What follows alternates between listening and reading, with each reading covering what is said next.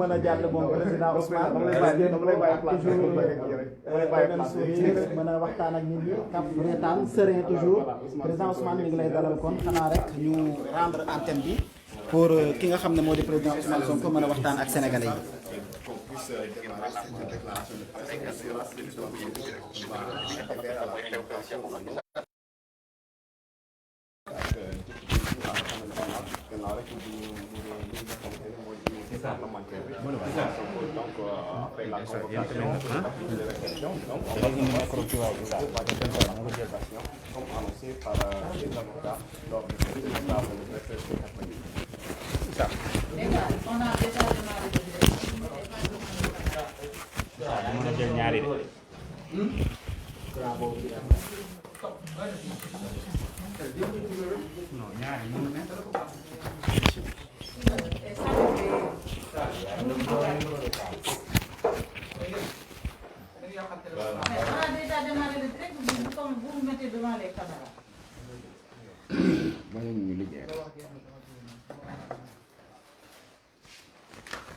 Eh bien jël ngeen sama place sax ah mënuma teg sama feuille bi vraiment benn il faut chercher une grande table.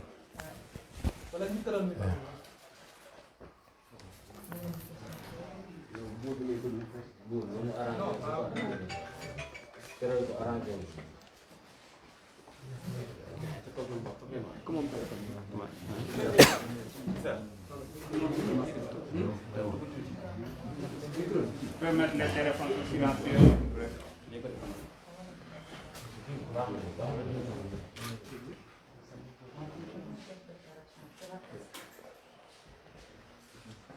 waaw dañ gisee mën nañ door. C'est bon?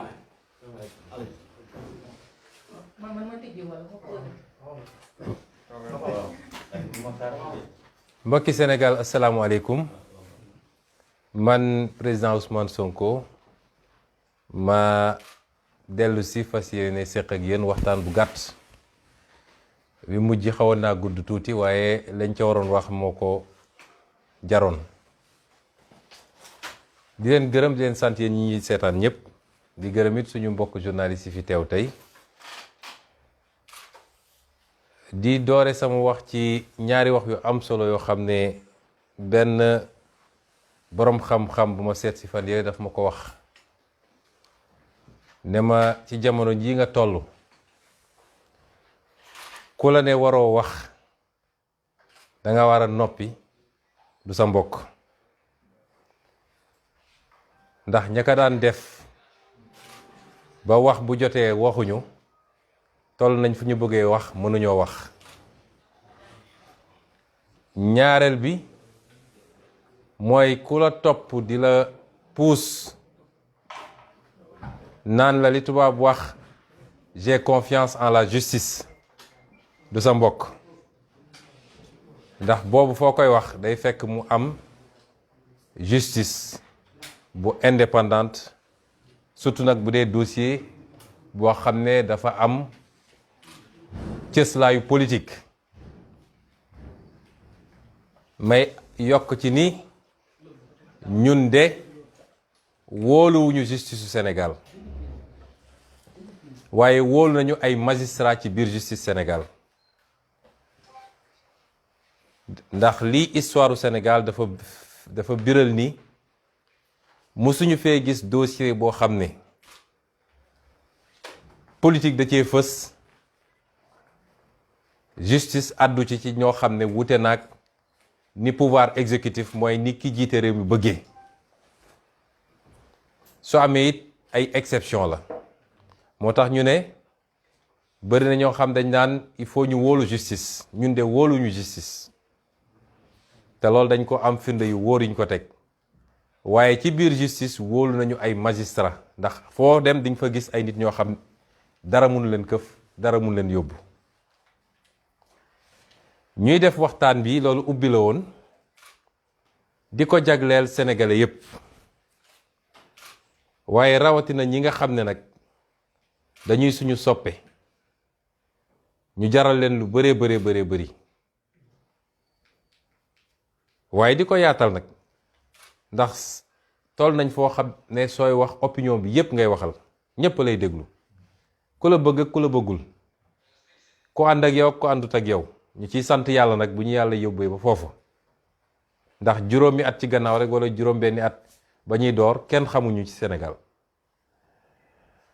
di leen wax ni yéen sénégalais yi tey bu ñu toogee fii di waxtaan ak yéen seen njàmbarte moo ñu ko may ñun seen parlu moo ñu ko may waaye seen jàpp bi ngeen jàpp ci suñu xeex moo ñu ko may ndax su dul woon loolu rek defe naa lundi 8 def na léegi presque léegi mu def weer bu dul woon seen taxawaay lundi 8 googu la ñuy jël Ousmane Sonko ne ko caax tey duma toog fii di waxtaan ak yéen ñu leen ciy gërëm di leen ci sant ndax loolu kóolute gu mag la te defe naa mun nañ ne guléet la ci Sénégal guléet la ci Sénégal nguur yëkkati li muy yëkkati bugg ko sotti ci nit ak ko munti doon mu ne lii duma ko nangu parce que dañoo respecté wul samay droit nguur ga dellu gannaaw ba la ñu bëggoon def sottiwul loolu nag jàngat gu bari lañ ci jàngat te ñu jàmmarloo it jàngat gu bari lañ ci jàngat mooy projet bii nga xam ne ñun moom la ñu andi présenté ko Sénégalais yi am na fu mu toll Sénégalais yooyu fu sore ba ndaw ñi mag ñi jigéen ñi def projet boobu seen projet bopp mu jaral leen ñu xeex wala ñu sacrifié wu may wax ni projet boobu du Ousmane Sonko donte Ousmane Sonko am na ci solo ak fu mbir mi mun a mujj ak lu munti doon dafa am lu ñu ji te loolu meññ na li ci des mooy ñu mën a witti kon loolu kenn mënatu ko fay ci Sénégal moo tax ñun bu ñuy dugg ci projet politique dañu ne du projet personnel du parti unipersonnel waaye projet la boo xam ne ku patriotisme c'est-à-dire ku bëgg sa réew nekk sa dënn rek ku bëgg Afrique nekk sa dënn rek projet bi sa projet la seen taxawaay googu moo ñu may ñu nekk fii tey ba war a mën a wax ak sénégalais yi lu bari am na waaye seen taxawaay boobu moo ñu may ba li tubaab di wax ni gagné nañu la première manche mooy su doon match de football dañ naan premier mi-temps bi gagné nañ ko ndax suñu amul woon loolu du ñu am jot gu ñu jàkkaarloog sénégalais di wax ak ñoom ba tey biir na ci bopp sénégalais yépp nag même ñu àndul ak ñun ñépp dëppoo nañ ni lii ab complot la suñu nangu woon ñu taf-tafee ñu noonu ñu ko bëggoon def kon du ñu egsi fii mu des nag naka la ñu war a doxalee li ñuy dëgmal ndax boo nekkee ci xeex jàkkaarloog ñoo xam ne foo natt doole seen doole weesu na ko ci xarala li ñu yor ci alal gu ñu yor ci li ñu yor ci ay service moo xam administration moo xam police moo xam justice moo xam leneen ak leneen ñu téye ko seen loxo moo xam it lu ñu yor ci ay moyens yoo xam ne mun nañ koo jaarale ci ay nit ñooñu dem toogal leen di leen wax loo xam ne dañuy fexe ba nërmel xelu sénégalais yi li ma ni wax yéen sénégalais yéen a ma ko gën a xam soo jàmmarloog ñu mel noonu dafay laaj saa su ne étape boo toll nga taxaw xayma xool lu mu méngoog démarche parce que xeex bi doole dina ko gañe de waaye li koy gën a gañe mi ngi jóge ci xeltu boobu nag nga xam ne ñoo ngi koy saxal te wéetuñu ci moo ñu andi ba ñu xool ni ñii ñu jàmmaar lool muy Macky Sall ak ñi mu ay taalibeem yi muy yónni ñu koy defal lan mooy objectif am mooy di lépp lan la ciy wut parce que loolu buñ ko leeralee rek lépp lu ñuy doxal ci xeex bi dinañu xam fuñ koy teg ma tontu ni ñoom dañoo amoon li tubaab di wax objectif principal mooy dañu amoon lu leen tax a jóg loo xam ne mooy seen yitte bi gën a rëy yitte boobu mooy lan mooy fexe ba ala kulli xaal 2024 Ousmane Sonko du doon candidat élection présidentielle li may wax dafa am solo na ko ñëpp jàpp parce que suñu comprendre ñoom ni ñuy doxale rek dañuy bàyyi xeex bi am solo bi nekk ci xeex yu ndaw ndawaan yi lay seen mbébét ñoom la leen tax a jóg ak leen tax a dugg ci lii lépp mooy ni ñuy fexe ba gàllankoor Ousmane Sonko ba 2024 fa ñuy taxawee di laaj réew mi moom du fa taxaw di ko laaj nañ ko defee woon ci gannaaw ak ñeneen muy Karim Wade ak Khalifa Sall loolu rek mooy objectif bi bu objectif boobu weesoo am na lu tubaab di wax objectif secondaire mooy loolu mooy seen farata ñoom am na peut-être sunna bu ci tegu mooy nañu fexe ba gàkkal ko ba tilimal ko ba sénégalais yi ne kii du nit bu baax ñaar yooyu mooy seen objectif bu njëkk ba nag moo leen gën a tere nelaw moo leen andil lii lépp boo xamee loolu nag ca doxalin bi ngay doxal da ngay fexe ba may leen ñoom lu leen yombalal loolu moo tax ñetti fan yi ñu jóge déglu naa ñëpp fu ne Sénégal nit woo na ma fa fu ne Sénégal nit jóge na fa mu jaral ko léeg-léeg mu taal otoom wala def délégation wala bokk ak association wala parti politique am démb fii ci salle bi recevoir naa si waa opposition nga xam ne dañoo bokk ci FRN recevoir naa waa société civile ba ci tey la mujj ak ñoom Alioune Tine recevoir naa fi ay kilifa diine ñoom Mame Matar Gueye ak ñoom Abbé Jacques Seck recevoir naa fi ay nit yoo xam ne bokkuñu ci benn kuréel waaye ñu Sénégal ñor la recevoir naa fi déglu naa fi wala woo nañ ma ci kilifa diine réew mi yëpp ñépp nag amul tarixa bi amul diine bi ci ay yóbbante yoo xam ne yegsi na ci man waaye ma doore ci li may wax li nga xam ne mooy li ci ëpp solo mooy ñi nga xam ne damay liggéey ñoom ñuy samay avocat parce que dossier bi nag dossier politique la téeméer boo jël juróom-ñett fukk yi politique la waaye am na ñaar fukk yoo xam ne ci yoon la ca war ci politique nag mooy li ñu def ba tey jii la ca war ci yoon mooy li ñuy liggéey ak ñi nga xam ne seen xam-xam màcc na jëm ci loolu muy suñu avocat toog nañu waxtaan ak ñoom ci ñaari réunion yu gudd muy dimanche bi passé ak tey jii ma déglu leen bu baax a baax loolu ñépp ñu ànd ak ñun képp ko ànd ak ñun dama bëgg loolu nga boole ko ci li war a tax tey ñu orienté suñu xeex ca lañu waxtaan lañu jàpp mooy benn dossier bi leen tax a jóg ñu ne dossier siif la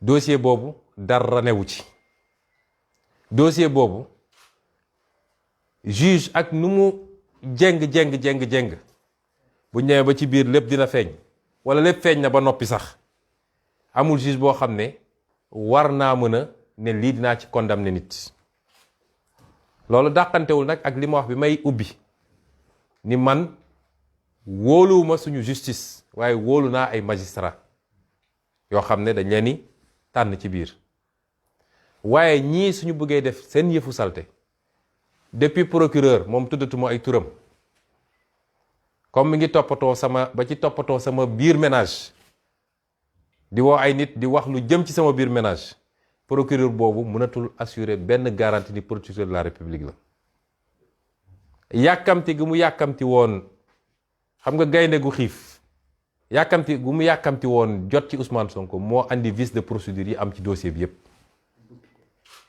wala bukki bokk ndax sax jox wax ko gaynde sax day rëy waaye procureur boobu ba ci la ñuy tànn ci juge d'instruction ba la ñuy tànn ci juge yu war a àtte état wala Macky Sall ak ay ñooñam bu ñu yëkkatee ab dossier loolu yëpp dañ ciy tànn ñu leen fay toogal ba defal leen li ñu bëgg a def.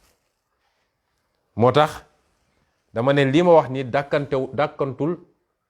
dàkkantewul ak li ma njëkk a wax. waaye ñu dellu ci dossier bi ñoom li ñu jàpp mooy dossier bi dossier bu vide la, dara newu ci. te li Sénégalais yi gisagum yépp jëm na ci côté boobu. comme am dossier bi dara newu ci, ñun am na benn piège bu ñu war a moytu, benn ndëgg sërëxal. mooy ñu may leen fu ñu créer beneen dossier ci biir dossier bi. parce que loolu mooy seen bëbët yépp nag. tey xam nañ ni dossier bi yëkkati nañ ko, defe naa mujj naa diis ci ñoom. suñ ko mënoon yebbeeku ko waaye dañoo ñëg. ànd ak jàpp nañ ni bu leen bii rëccee dootuñu am fu ñu mën a jàppee Ousmane Sonko. moo tax ñu continuer li ñuy def. lañu gis ñoom mooy buñ leen may fu ñu créer dossier ci biir dossier. loolu mooy lan? mooy tey bu ñu nee demuñu uyu ji, def nañ ko benn yoon xeex ak ñoom, yàlla am lu ñu ci may, nun xeexuñoo ak ñoom ndax sama kër gi génnuma fi, waaye ñi nga xam ne sopp nañ ñu te kenn joxu leen mot d'ordre ñoo jóg spontanément, ñoo ne bërët jóg ne ñun ñëpp nañu daje ji kër Ousmane Sonko.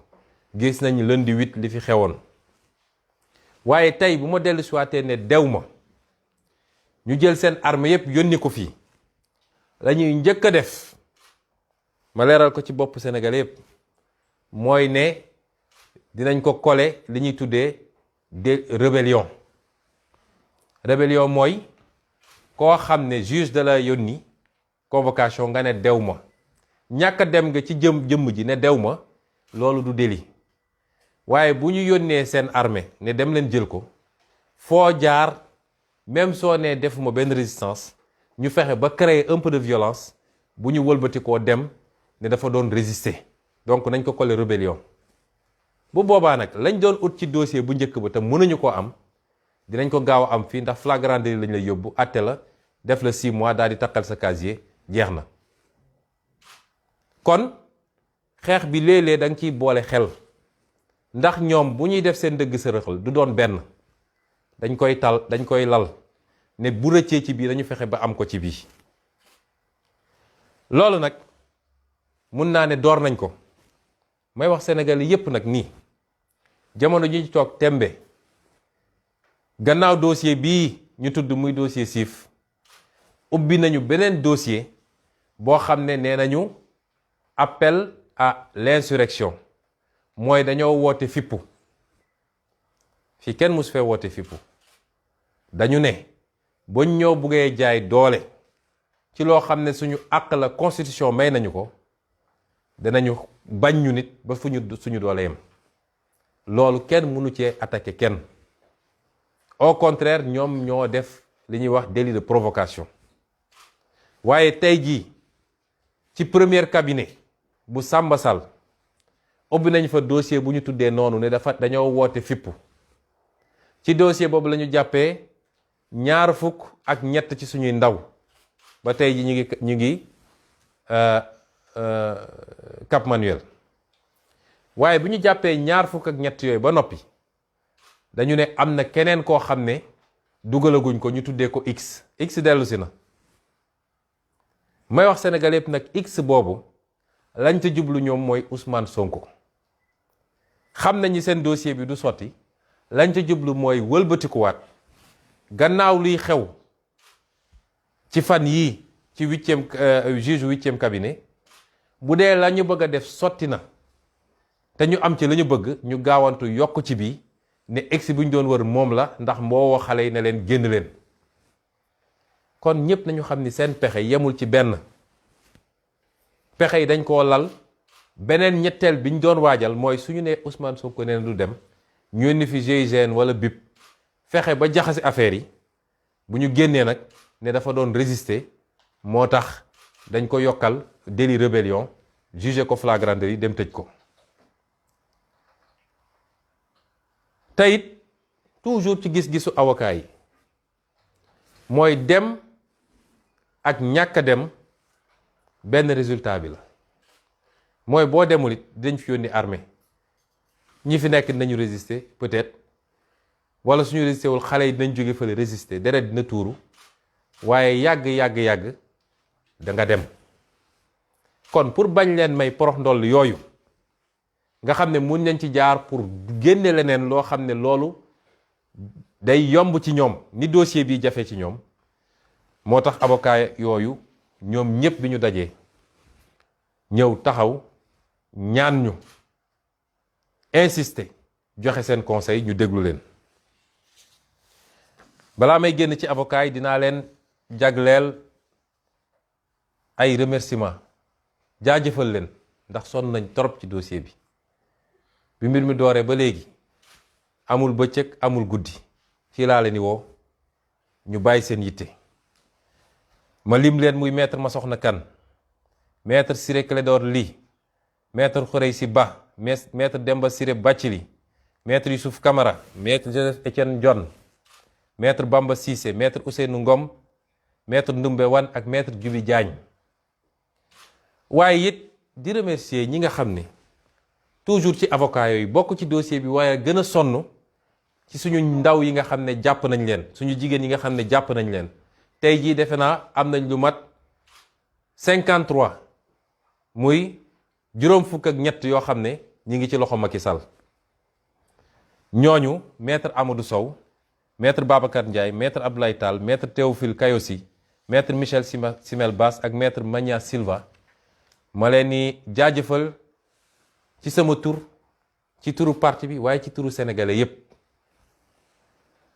mbokk yi gannaaw bi ma waxee li nga xam ne mooy taxawaay avocat yi ma dolli ci ni ñëpp intervenir nañu wax naa leen di parti politique opposition yi daje ñoom ñëpp fii ñëw ñaan ñu ko wax naa leen li nga xam ne mooy suñu kilifa diine yi ndax ñoom dañu wax ni ay régulateurs sociaux lañu wax naa ko keroog ñu bari dañ naan nañu génn wax waaye am na fu ñuy waxee fu nit yéegut te it ormal seen bopp ñun ñu ñëwaat ormal leen moo tax li olof naan ku ndëbb ni rey sa maam bu dee da nga ñaanoon démb ñaan barki démb dégluwuñ la balaa ngay génnaat di wax di nga xool lu bari waaye yónnee nañu ci ñun ñoom ñépp daje mu jaar ci suñu sëriñ sëñ Abdou Mbàkke bu Daaru Muxti daa di ñëw wax la même chose may wax nit société civile bi def nañu la même chose suñu parti bi ñu bokk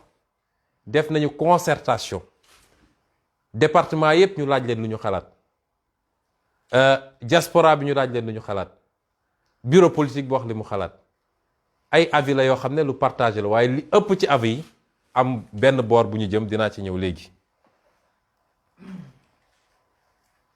ñii ñépp nag li ma ci gën a touché man muy kilifa diine muy société civile muy keneen gannaaw bi ñu amee yitte ci réew mi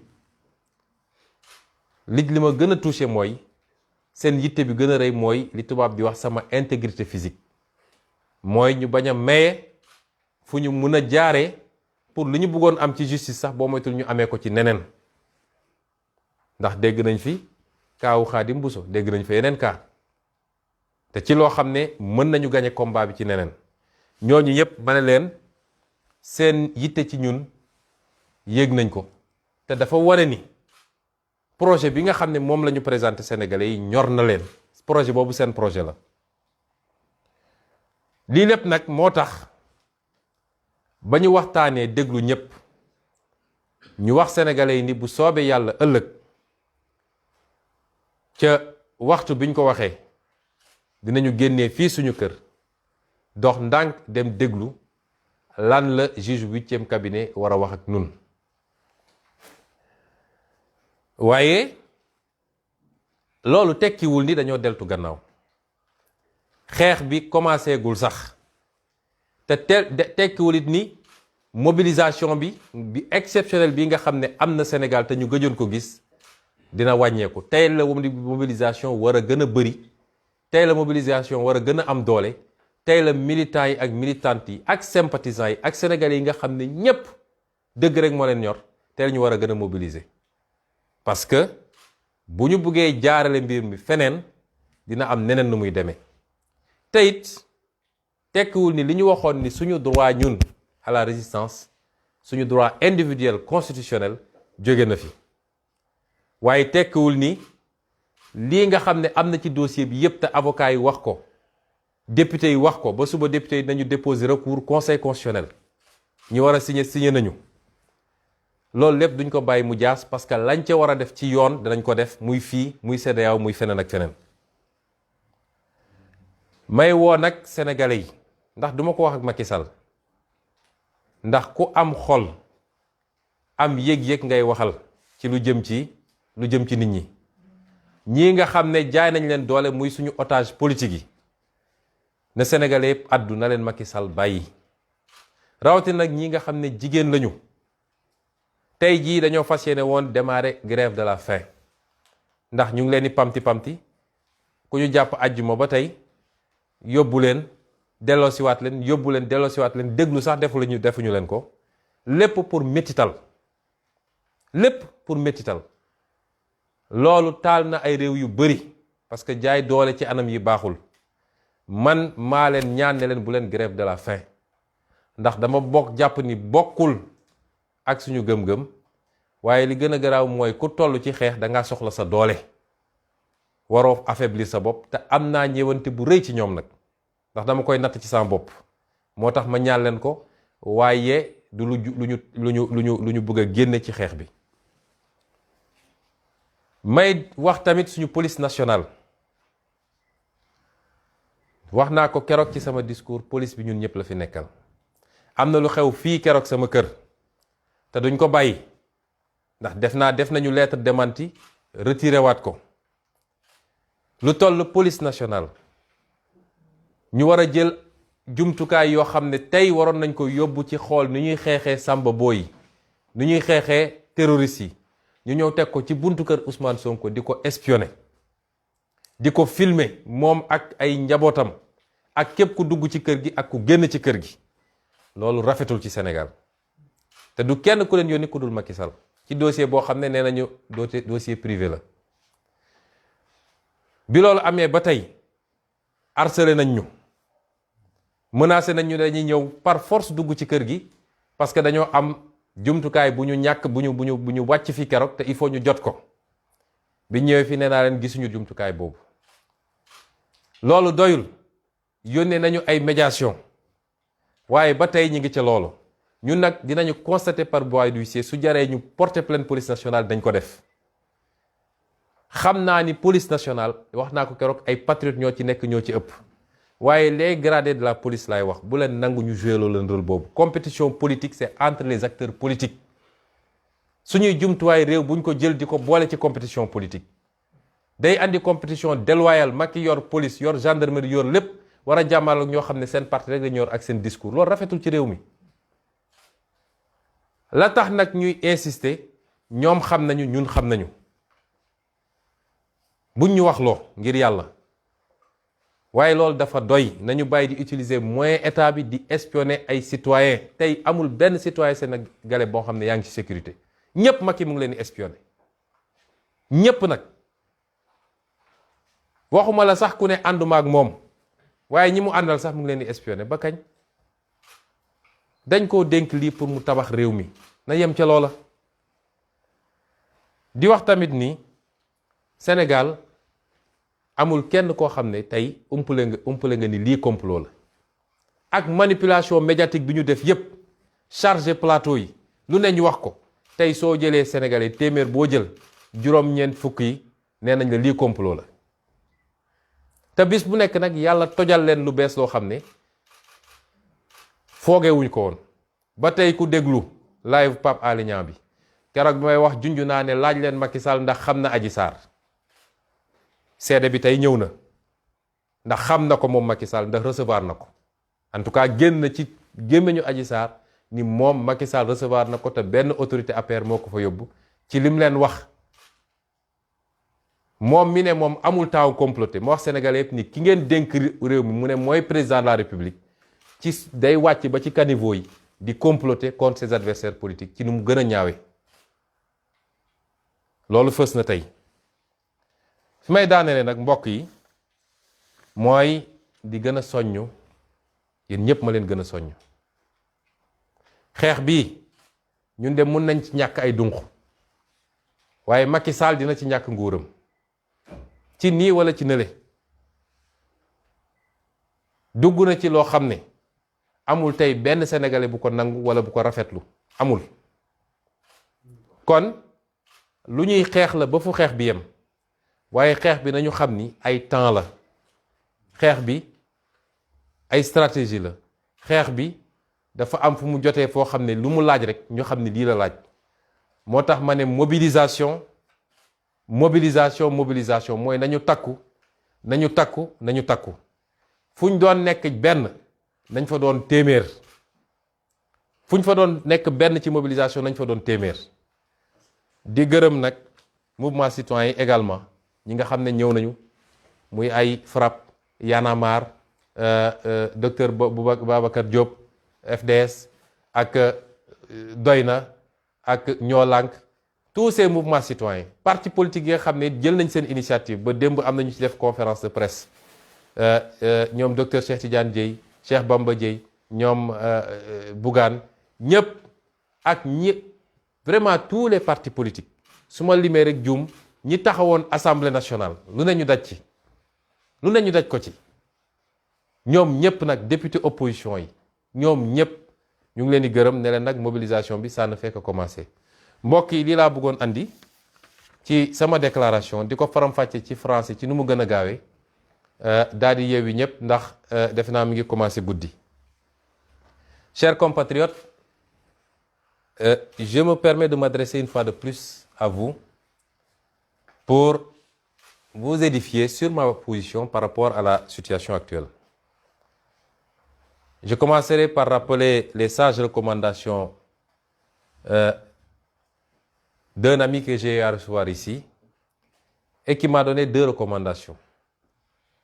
Dans les circonstances actuelles, tous ceux qui te diront de te taire et de ne pas parler ne sont pas avec toi.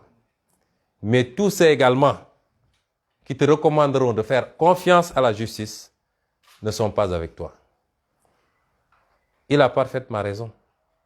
Il faut communiquer pour édifier l'opinion à chaque fois que nécessaire. Il faut communiquer parce que ceux qui sont avec nous, ceux qui nous suivent, mais l'opinion a besoin d'avoir des arguments. Chacun fera l'interprétation qu'il veut, le traitement qu'il veut, mais il faut communiquer, mais ne pas laisser communiquer à votre place. Particulièrement la contre-communication. Il a raison parce que nous savons de quelle justice on parle dans ce pays. Et il est exceptionnel, pour ne pas dire, on n'a jamais vu un dossier politique tranché par la justice dans un sens différent de celui du vouloir du prince, quel que soit le prince qui est là, mais en l'occurrence aujourd'hui, M. Macky Sall. Nous ne croyons pas à cette justice, mais nous croyons à certains magistrats. Il y a des magistrats sérieux, compétents, qui font correctement leur travail. Mais il est évident que lorsque le tenant du pouvoir entreprend un complot de cette nature, il s'assure de placer sur toute la chaîne judiciaire des gens capables de lui faire le sale boulot. Quelle que soit la qualité de votre dossier par ailleurs. Je voudrais dire à tous les Sénégalais, ça transcende les militants de PASTEF. Parce que ceux qui sont mobilisés le lundi 8 ici ne sont pas seulement les militants de PASTEF. C'est le Sénégalais lambda. C'est le Sénégalais qui n'appartient à aucun parti politique. C'est le Sénégalais de tel ou tel autre parti politique d'opposition. C'est le Sénégalais de la société civile. C'est le Sénégalais des mouvements citoyens. C'est même le Sénégalais religieux. Tous ceux qui détestent et combattent l'injustice ont fait ce mouvement spontané pour venir dire non à cette injustice. Et cette posture que vous avez adoptée nous a permis de gagner énormément de temps. Cette posture que vous avez adoptée nous a permis d'être là aujourd'hui à continuer à édifier les Sénégalais. Je vous en remercie énormément. Cette posture nous a permis de gagner la première manche. parce que n'eût été votre engagement, votre détermination, mais votre mouvement spontané de ce jour, je n'aurais jamais eu la latitude et le temps qu'il fallait pour communiquer avec les Sénégalais et pour démontrer le complot. Je vous remercie pour cela. Quelle démarche devons-nous tous adopter à partir de maintenant? Quelle stratégie devons-nous adopter à partir de maintenant? C'est ça l'objet de cette présente déclaration de presse. Pour définir cette attitude, il faut partir de l'analyse de l'objectif recherché, la définition de l'objectif recherché par notre vis-à-vis, par notre adversaire, qui, par endroits, se transforme même en un ennemi. Quel est l'objectif de Macky Sall dans tout cela? Macky Sall a un objectif principal, c'est de radier Ousmane Sonko des listes électorales et d'éviter, de l'empêcher en tout cas, de pouvoir se présenter à toute élection à venir, mais particulièrement et singulièrement à l'élection présidentielle de 2024. Il a des raisons de le faire, puisqu'il a tous les sondages, il a les services de renseignement qui lui donnent tous les renseignements qu'il faut. Il sait pourquoi, impérativement, il lui faut se débarrasser de cet adversaire. Et justement, la tournure qu'a prise cette affaire, la démonstration de force qui a été faite par vous tous, chers compatriotes, le renforce dans sa crainte qu'il a en face de lui un adversaire qui, s'il se présente à une élection en 2024, et même s'il se présente dans des listes pour les prochaines élections locales et législatives, est un adversaire qui pourrait facilement le battre. Et c'est pourquoi il faut qu'on comprenne tous que, quelle que soit la situation, et malgré l'évidence qui s'est faite aux yeux de tous les Sénégalais d'un complot ignoble, Macky Sall ne reculera pas. Parce qu'il considère que s'il rate cette occasion de se débarrasser de cet adversaire, il n'en aura plus d'autres pour se rattraper. Alors, ça c'est son objectif principal, qui est adossé à un objectif secondaire, celui-là de jeter l'opprobre, de jeter le discrédit sur l'image de cet opposant, de cet adversaire, en l'occurrence Ousmane Sonko. Il faut bien qu'on campe cela, chers compatriotes, parce que ça va nous permettre de définir notre stratégie dans ce combat. Parce qu'il n'est pas question, mais absolument pas question, que Macky Sall puisse atteindre cet objectif. Il n'est pas question que nous lui permettions allègrement, librement, mais sans aucune résistance, que nous lui permettions de pouvoir écarter les adversaires politiques comme à son gré. C'est aujourd'hui cela qui doit orienter, guider toutes les actions que nous allons poser à partir de maintenant. Et c'est pourquoi j'ai écouté tout le monde. J'avoue que depuis 3 jours, je n'ai cessé de recevoir, du matin à la nuit. Je n'ai cessé de communiquer, d'écouter les gens au téléphone. Tous les segments de la société ont eu à m'interpeller d'une manière ou d'une autre par rapport à la situation que nous vivons. Mais je commencerai par la position la plus centrale, la plus importante dans ce genre de situation. Parce que nous avons un dossier, certes, à 80 ou 90% politique, mais qui peut être à 20 ou 10% judiciaire. Et quand on parle d'un dossier judiciaire, on parle d'avocats, parce que c'est les hommes de l'art, c'est les hommes du métier, et c'est pourquoi je me suis permis de m'entourer, avec le soutien de tous les Sénégalais, d'avocats rompus à la tâche. Et quand on prend des conseils, on les écoute. Nous avons tenu 2 longues réunions ici, dans cette salle même, avec ces avocats, le dimanche passé et aujourd'hui même. La position de ces avocats, c'est de dire, 1, nous avons un bon dossier de viol qui sera facilement démontable devant toute juridiction. Ce que je dis là n'est pas contradictoire avec les propos de l'introduction, c'est de dire que nous ne faisons pas confiance à la justice. Mais ça ne nous empêche pas de dire, quand des avocats se saisissent d'un dossier et l'examinent, de dire que nous avons un bon dossier. Et que nous pouvons nous battre sur ce dossier. malgré tous les vices, je n'ai pas besoin d'énumérer tous les vices, ça a fait l'objet de tellement de débats. Les députés en ont parlé, les avocats en ont parlé, les professeurs de droit en ont parlé. Nous avons suivi les plateaux. Beaucoup de tentatives de manipulation et de détournement, mais par la grâce de Dieu, les gens ont pu démontrer tous les vices qui existent, depuis la lettre du juge d'instruction jusqu'à la levée de l'immunité parlementaire et même la convocation qui n'a pas attendu le délai minimum prévu dans ce cas d'espèce pour permettre éventuellement des recours. Ce recours que feront d'ailleurs demain les députés de l'opposition qui ont déjà préparé le texte et qui ont eu les signatures qu'il faut. Mais nous continuerons à nous battre contre ces vices et tous les recours qui devront être faits au niveau national comme international seront faits par les avocats. Donc, premièrement, la vacuité du dossier. Deuxièmement, quand on a un dossier bon, il ne faut pas donner à l'adversaire la possibilité de créer des dossiers dans le dossier. C'est ça qui est recherché. Et que si je ne déférais pas à la convocation demain, la conséquence logique, c'est un mandat d'amener, peut-être, mais l'armée qui sera envoyée pour venir ici peut trouver une résistance, même si moi je ne résiste pas.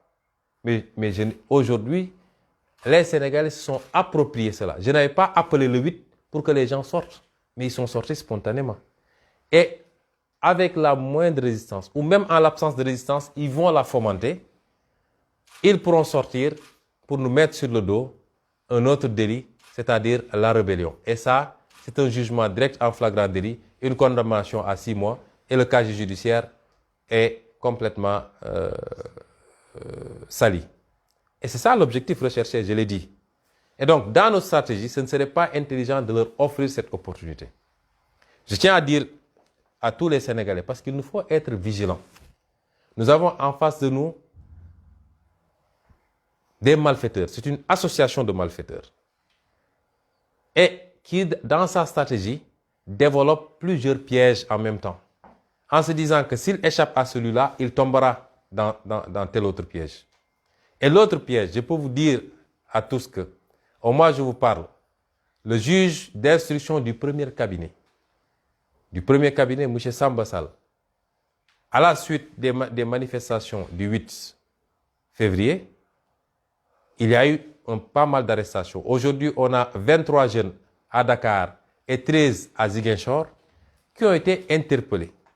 Et le délit, le motif qu'on leur a collé, c'est, entre autres, à part association de malfaiteurs, participation à une manifestation non autorisée, ils leur ont mis appel à l'insurrection. Ils ont mis les 23 plus X. Et à Ziguinchor, ils ont mis les 13 plus X. Et depuis lors, nos avocats font le pied de grue pour que ces jeunes soient entendus. Le juge du premier cabinet refuse parce que qu'est-ce qu'il attend? Il attend que la procédure concernant Ousmane Sonko soit déclenchée pour qu'ensuite on dise que X est Ousmane Sonko. Et à partir de ce moment, ce dossier de viol, qui est un dossier vide, sera remplacé par un dossier sur l'appel à l'insurrection. C'est pourquoi ils ont fomenté dans une certaine presse tout un débat sur l'appel à l'insurrection depuis quelques jours. Il nous faut être vigilants et il nous faut être prêts à faire face à ce nouveau forfait, en tout cas cet éventuel forfait qui viserait à rattraper le coup puisqu'ils l'ont raté avec le complot ignoble de Macky Sall.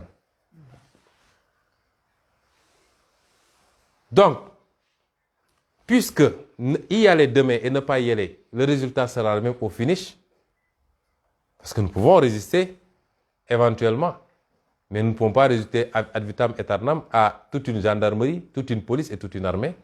En tout cas de cause, la raison voudrait qu'on aille répondre demain. C'est ça la position des avocats. Je me permettrai de remercier tous ces avocats. J'y tiens particulièrement parce que j'ai travaillé avec eux depuis plusieurs jours et je sais tous les sacrifices qu'ils consentent pour défendre ce dossier, pour y travailler, pour préparer tout ce qu'il faut préparer.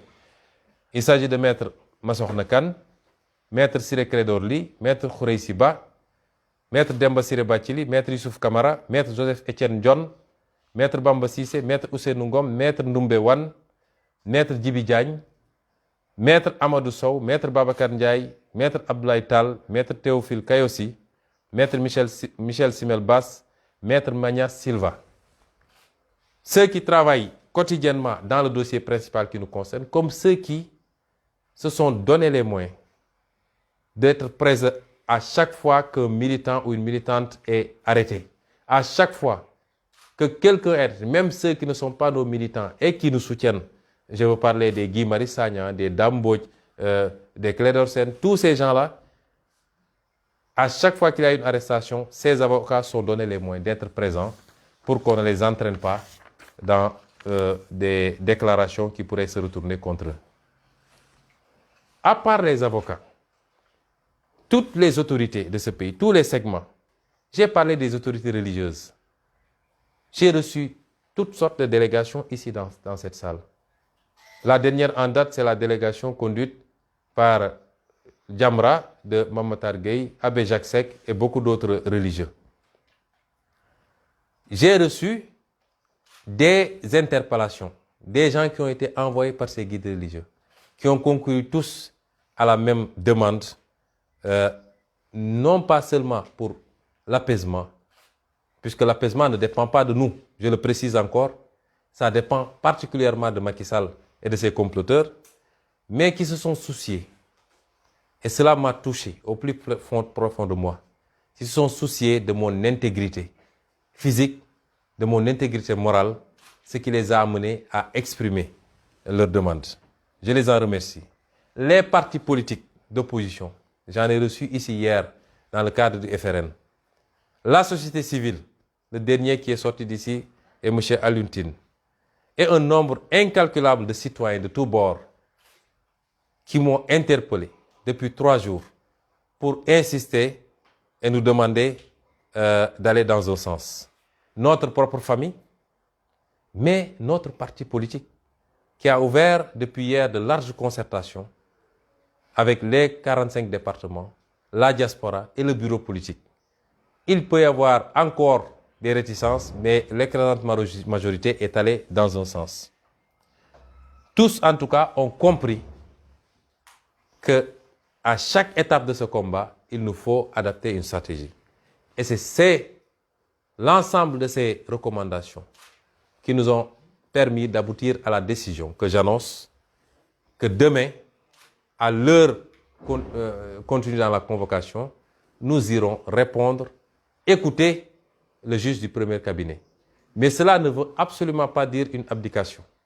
Et j'appelle tout le monde à rester mobilisé parce que nous n'accepterons, mais absolument pas, aucune injustice, aucun forfait, aucune forfaiture par rapport à la gestion de ce dossier.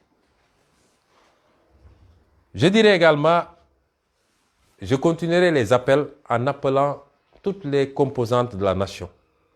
Et en première, les femmes. Les femmes, parce que 17 femmes aujourd'hui sont retenues par Macky Sall. 17 femmes qui n'ont rien, absolument rien fait, si ce n'est de se déplacer pour se rendre au domicile de Macky Sall. 17 femmes depuis 4 jours maintenant. Depuis 6 jours maintenant, sont retenues et malmenées. On leur refuse même d'avoir des draps ou qu'on leur amène de petits lits. Elles dorment à même le sol, les carreaux, là-bas au commissariat de Dieuppeul.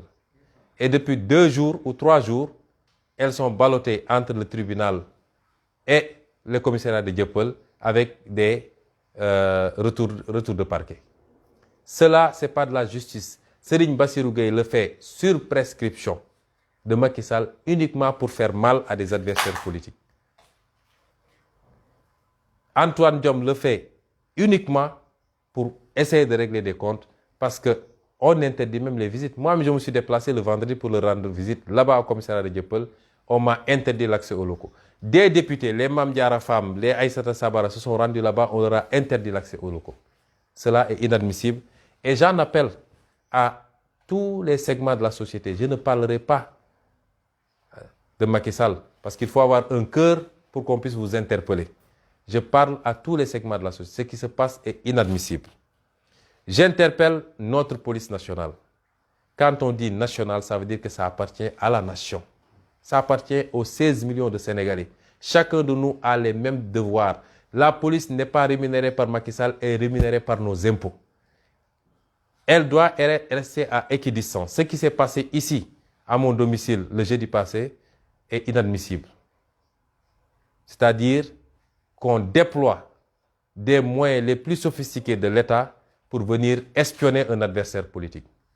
Je maintiens mes accusations contre la police nationale. Et on en a les preuves et ils le savent. On en a les preuves, ils le savent, parce qu'on a les enregistrements, on a les vidéos, on a tout ce qui a été filmé ici.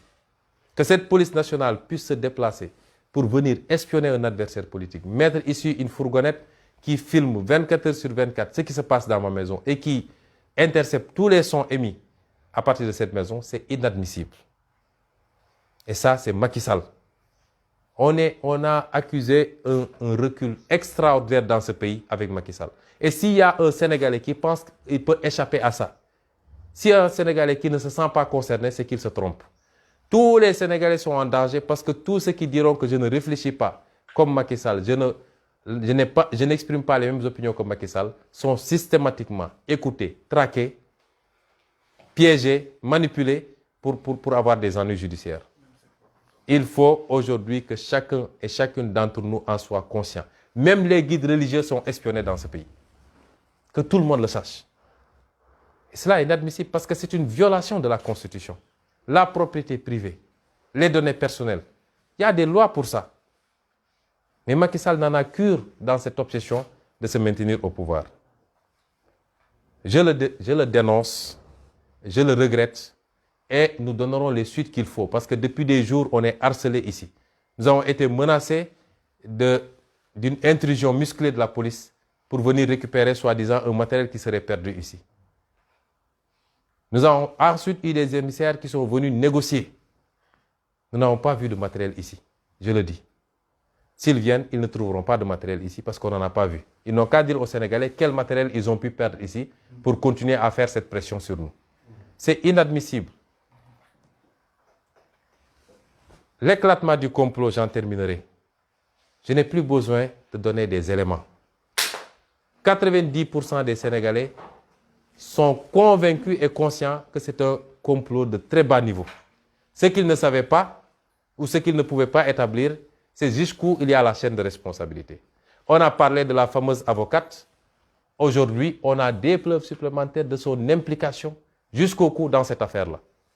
Et de son mari également, qui est ministre dans ce pays-là. On a toutes les preuves de ces implications-là. Et on exigera ce qu'il faudra pour que la justice fasse ce qu'il a à faire, le moment venu. Parce que beaucoup de gens nous disent pourquoi vous n'avez pas contre-attaqué.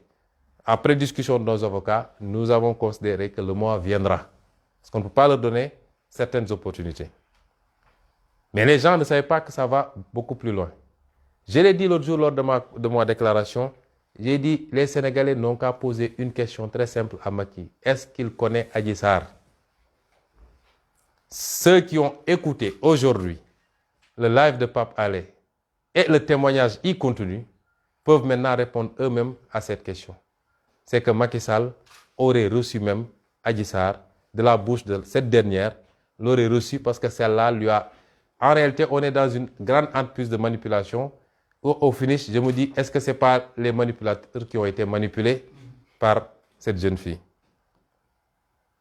Je dis aux Sénégalais, Macky Sall a dit à RFI qu'il il a autre chose à faire que de comploter. Je vous dis qu'il est le comploteur en chef et que c'est lui qui tire les ficelles de bout en bout de cette affaire-là. Enfin, je relancerai cet appel à la mobilisation de tous les Sénégalais et les Sénégalaises. Dans ce combat, nous pouvons perdre des plumes, mais Macky peut perdre son pouvoir. Tout dépend du peuple sénégalais. Est-ce que ce peuple peut accepter que celui qu'ils ont élu aux plus hautes responsabilités de ce pays, à qui ils ont donné tous les moyens pour transformer leur vécu, pour améliorer leur vécu, passe l'essentiel de son temps à espionner, à comploter contre ses adversaires politiques? Est-ce qu'ils peuvent accepter que la seule règle qu'ils connaissent par rapport à la conservation du pouvoir, ce n'est pas la règle de la confrontation des opinions et des idées, la confrontation des programmes dans le cadre d'élections libres et démocratiques, mais la seule règle qu'ils connaissent, c'est la règle du complot pour liquider les adversaires politiques? Est-ce que les Sénégalais vont continuer à accepter ça? S'il il parvient à ses fins avec Ousmane Sonko, est-ce que les Sénégalais peuvent accepter un pays sans opposition? Si ceux qui ne se sentent pas concernés, qu'ils ne reviennent pas demain après pleurer. Lorsqu'il aura éliminé toute opposition, il déroulera en roue libre et il instaurera une dictature totale et totalitaire. C'est ça qui se joue actuellement et cela interpelle chacun et chacune des Sénégalais. Ceux qui étaient déjà dans la mobilisation, renforcez cette mobilisation. Ceux qui n'y étaient pas, rejoignez cette mobilisation parce que nous avons un combat à gagner et ce combat, c'est le combat pour le Sénégal, c'est le combat pour nos enfants et nos petits-enfants. Ce n'est pas un combat pour Ousmane Sonko. Je vous remercie.